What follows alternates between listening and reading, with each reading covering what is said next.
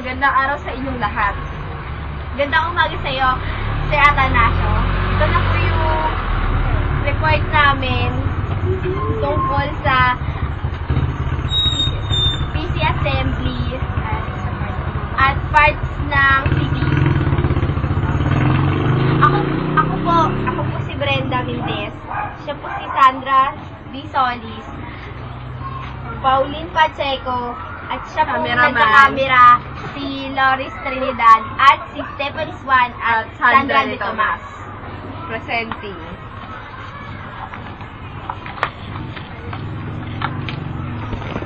Ito po yung CPU namin. Yung CPU namin, Windows 2000 yung model niya. Diba? Windows 95. Pero, na-upgrade na siya. Kaya Windows XP na siya. Ang wala sa kanya is yung mga USB ports. May mga kulang-kulang pa rin ports, pero meron pa rin naman, ipapaliwanag na lang namin kung ano yung nasa loob niya. Ito muna.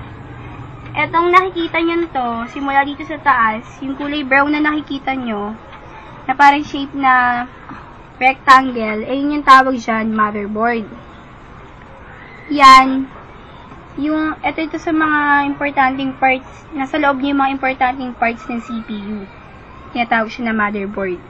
Kasi parang siya yung nanay. Ito, natin sa umpisa. Ito yung power supply.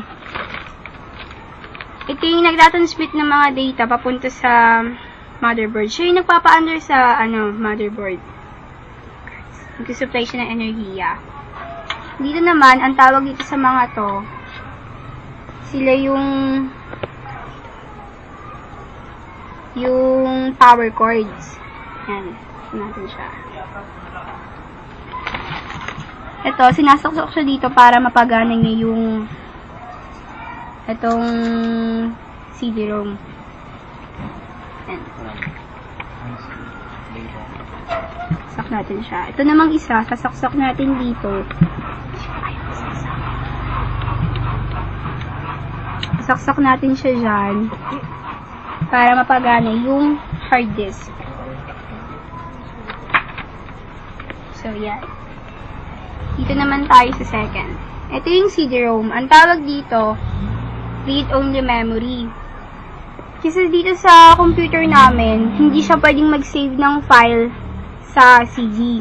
Kasi CD-ROM lang siya. Pwede siyang basa ng CD, katulad ng mga VCDs, ganun. Pero hindi siya nakakabasa ng DVDs.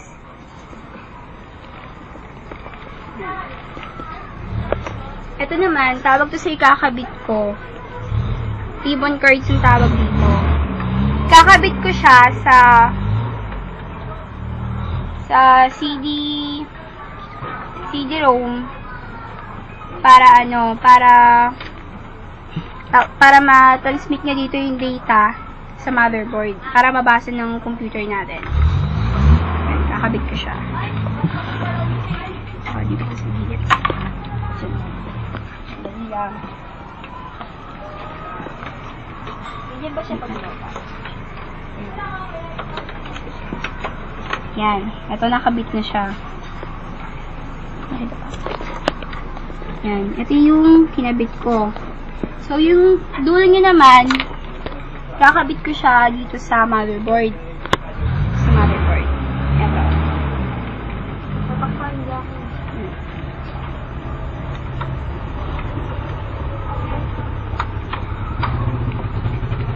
Ayan, nakabit na siya.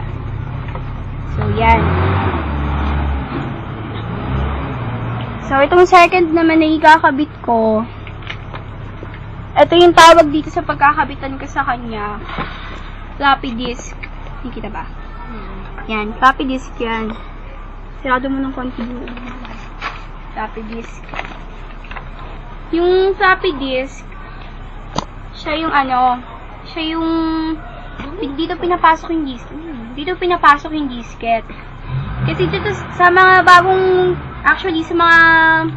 bagong CPUs, hindi na siya medyo kailangan. Sa ibang CPUs, katulad ng mga Mac, wala na siyang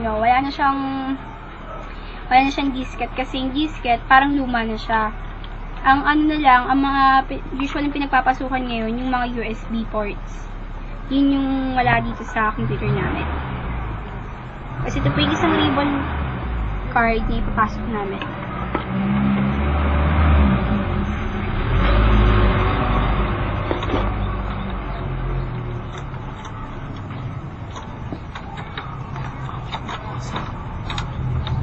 So, yung napasok.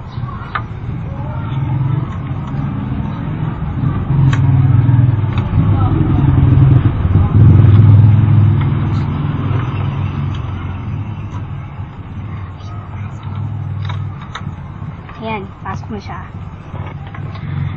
Kanina kasi, ang hirap kasi nga ipasok kasi gumagalaw yung ano. So, ito naman, ikakabit ko ulit siya sa kasunod din yung ribbon card na kagaling na pinagpasukan ko. Dito siya sa kasunod ng unang ribbon na pinasok ko. Ayan, sa motherboard din. Para communicate yung floppy disk sa motherboard.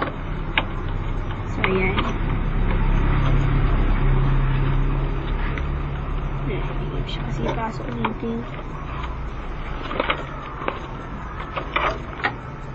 dito. Dito pala siya. Ayun, dito sa pangatlo. Ayan. Kasi, ganyan, tinanggal namin siya, tapos mahirap din siyang ibalik.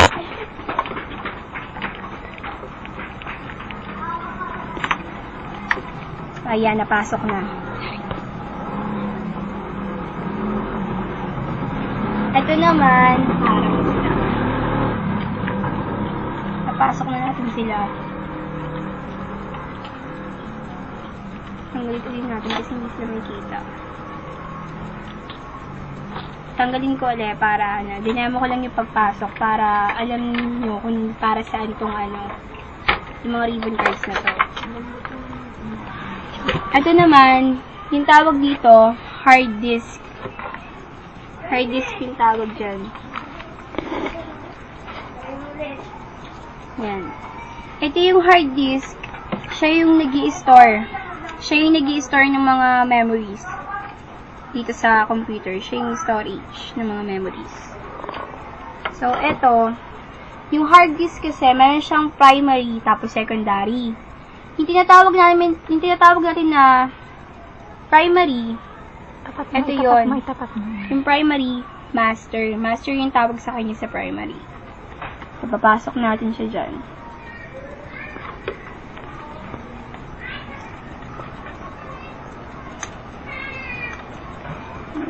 Pasok. Yan, pasok na siya. Yung secondary naman niya is tinatawag na slave. Ay, system. Yan, system slave.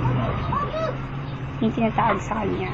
So, ipapasok natin siya dito uli.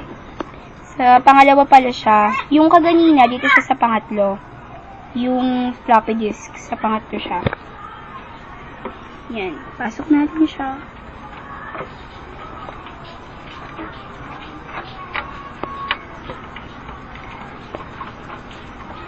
Yan. Pasok na siya. Yan, napasok na siya.